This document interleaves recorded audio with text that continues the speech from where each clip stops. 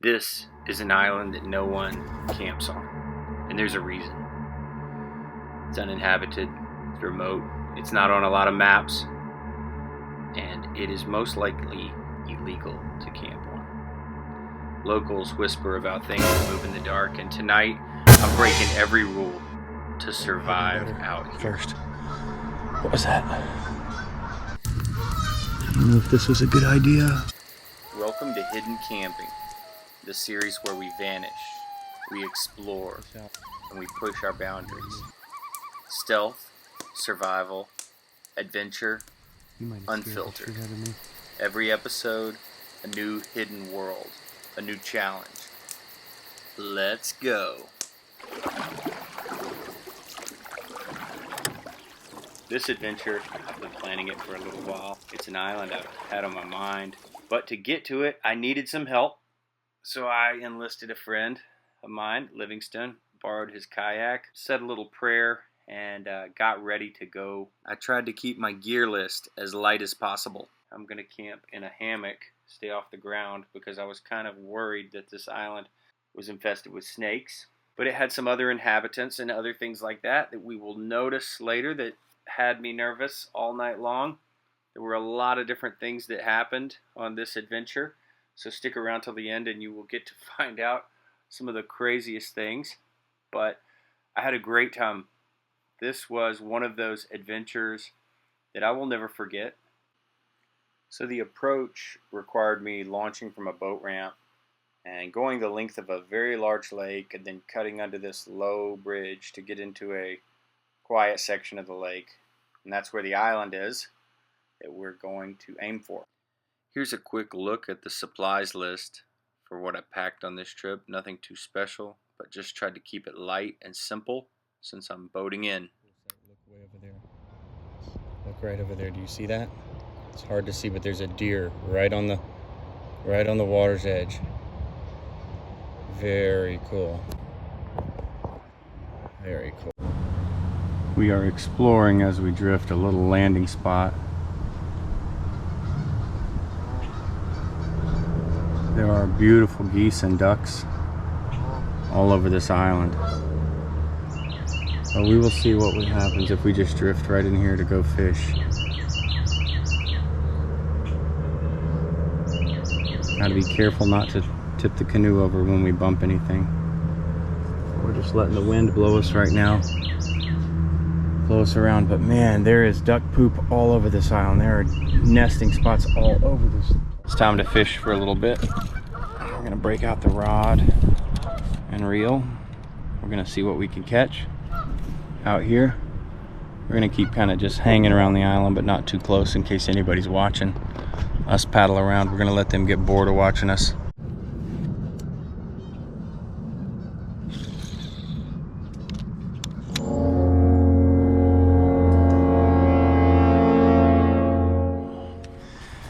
All right, so I couldn't film all that. Getting the boat out of the water. I'm on the land. Who knows if anybody saw me. It's so important I move quietly. I just have to assume that people have seen me or watched me. But we're gonna see where we can go. But I gotta get this boat into a more hidden spot first.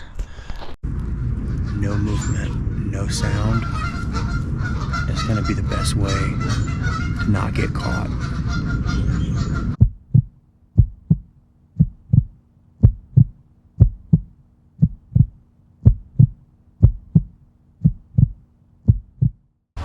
So while I wanted to wait until it got dark to set up my canopy and my hammock, it started to rain. So I said, hey, probably less people watching right now because of the rain. So I'm just gonna go ahead, move in silence, set up my rain fly. So I got started in the rain, needed to cover up some of the more sensitive gear that I had with me.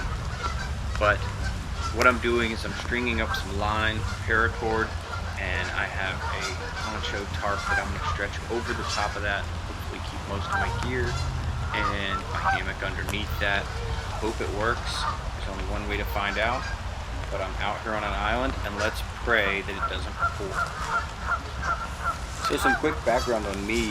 I am a lawyer by trade, but I grew up going out in the woods, being a Boy Scout, I'm an Eagle Scout. I taught wilderness survival. I've spent many nights in the woods, on camps, on solo camps, on hikes, and so I'm pretty well qualified to do this kind of stuff safely. That's why I enjoy bringing it to you, sharing the outdoors, showing that it can be done, showing how to do it safely, securely, stealthily.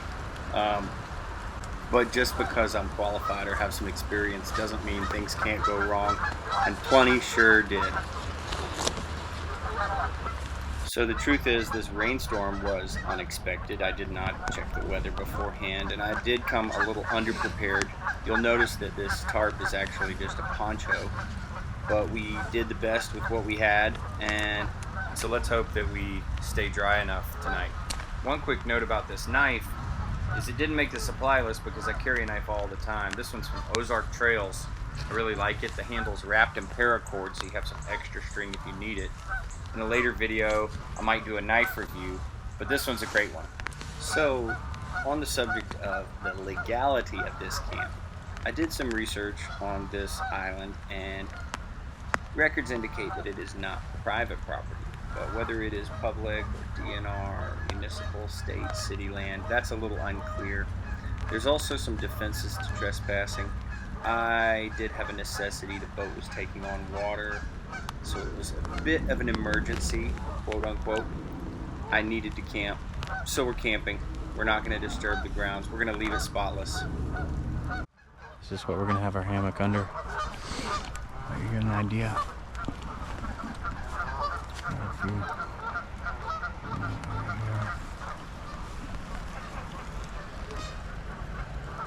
So I put my fly up with a couple of different knots. That was a square knot, but the key knot in all the other corners is called a taut line hitch or a tent hitch.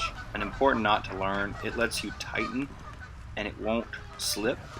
The knot is a critical knot for staking lines to tent stakes or to tree branches or to tent poles.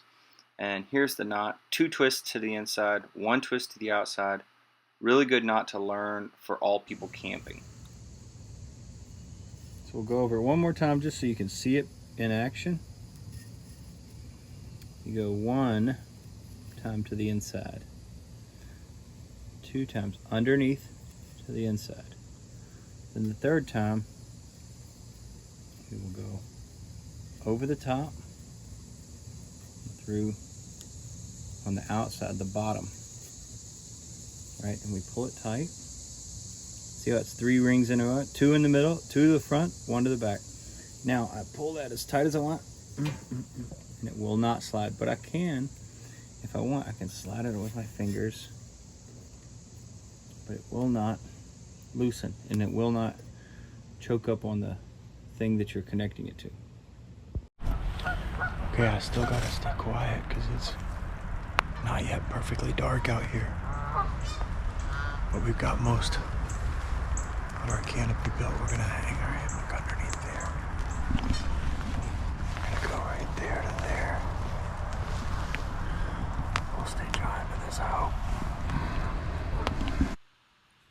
So we went around the island as quietly as we could and collected some loose rocks from all over the place to make a little protected fire pit area to do our little dinner on. We tried to collect the rocks from all over the island and make the area look essentially unaffected. Same thing for when we disassemble the fire pit at the end, but you'll see that later.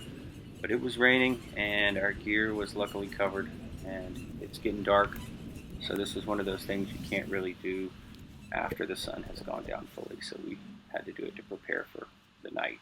Because the danger right now is that everything's wet, so it's gonna smoke more, and pine straw is great fuel to get a fire going, but it causes too much smoke.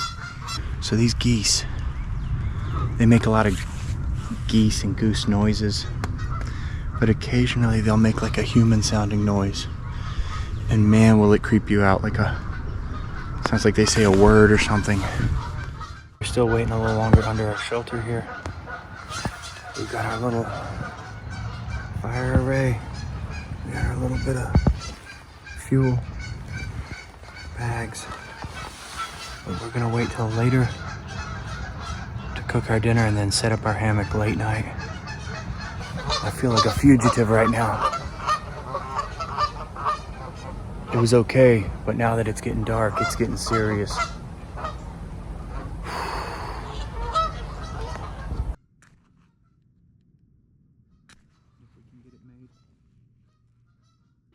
So you may have noticed on the supplies list, I put lint in a Ziploc bag. One of my favorite ways to start a fire is to collect the lint from your dryer, put it in a Ziploc bag. It makes great kindling, great fuel to get a fire started. There's some little sticks. There's a few little sticks there. Can't get the flame too big. That's the real key. We will get caught. We will absolutely get caught if we do. So let's just be patient.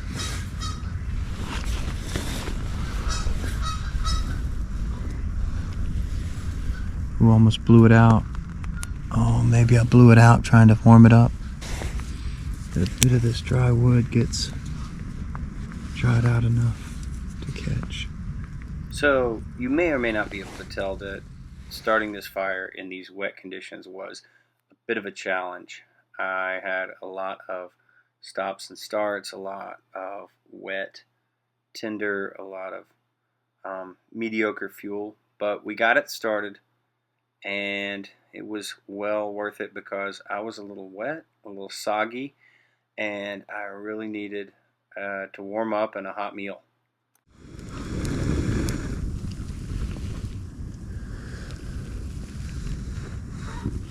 There we go. At least we get some flames. We just cannot add more fuel right now. We've got to let it go lower. Honestly. Quick note about fire safety is this fire is very safe due to the very wet conditions and the rain drizzling. But whenever you do start a fire outdoors, always make sure you have a water bottle or a pan or a water source nearby, like I did. Put your fire out. You need to be careful, and fires in dry conditions can get out of hand very quickly. So take caution whenever making a fire. They're gonna taste really good, I'll tell you that. Here's a quick look at the type of ramen we cooked. It's way better than the stuff you get at the normal grocery store and tasted great on a cold, wet night. I realized only after it was late in the night and I had the noodles cooked that I did not have silverware.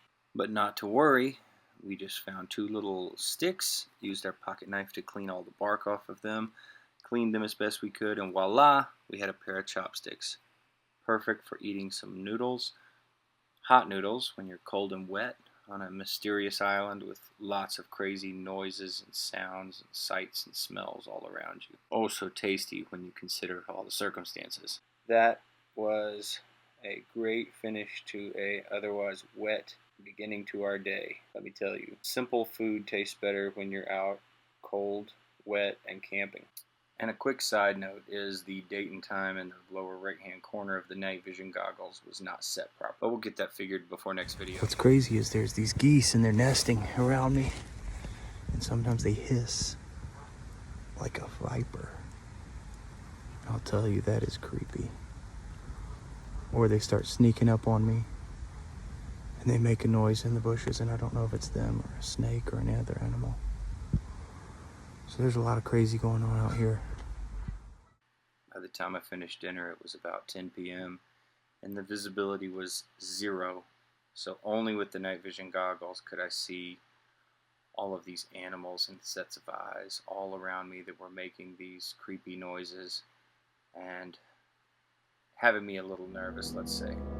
Right now you get an idea of how close they are, especially right now, right there. There's 2 or 3 that just, I mean, it's hard to describe their hissing. It's eerie. It is kind of what nightmares are made of. I don't know how well I'm going to sleep if she keeps hissing at me.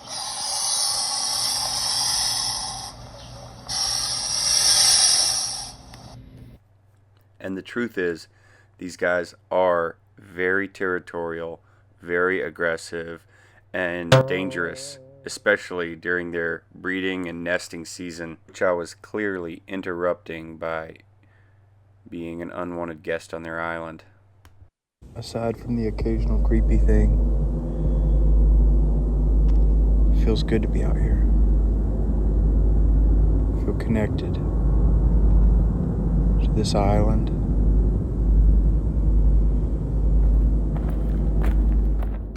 What the hell was that? Oh my god, something just broke a branch right near me. Maybe stepped in my gear or right near the hammock within 5 feet. Something moving, something big, something way too close. So I don't know how well I'm going to sleep. And I don't think my feet are going to touch the ground anytime tonight.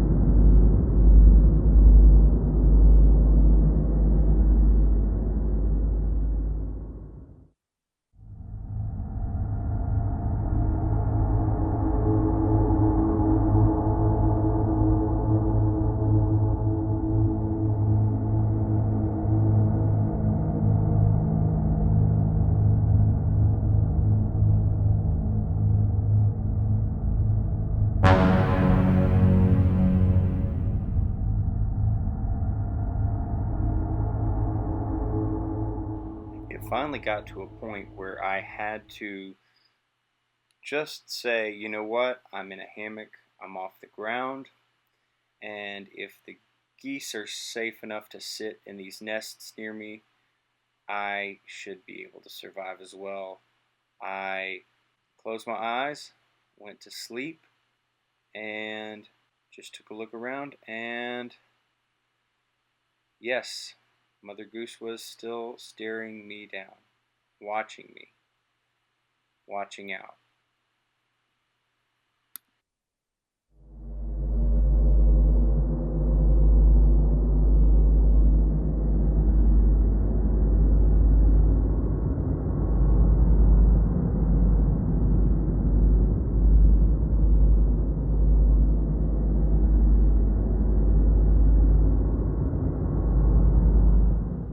Oh my god, what is that in the water?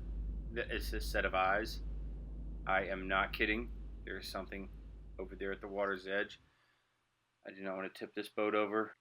Something right there staring at me in the water or at the edge of the water as I leave.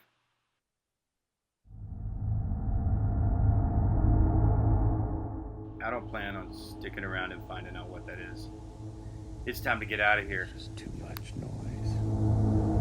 Animal noise. There's just too much craziness going on.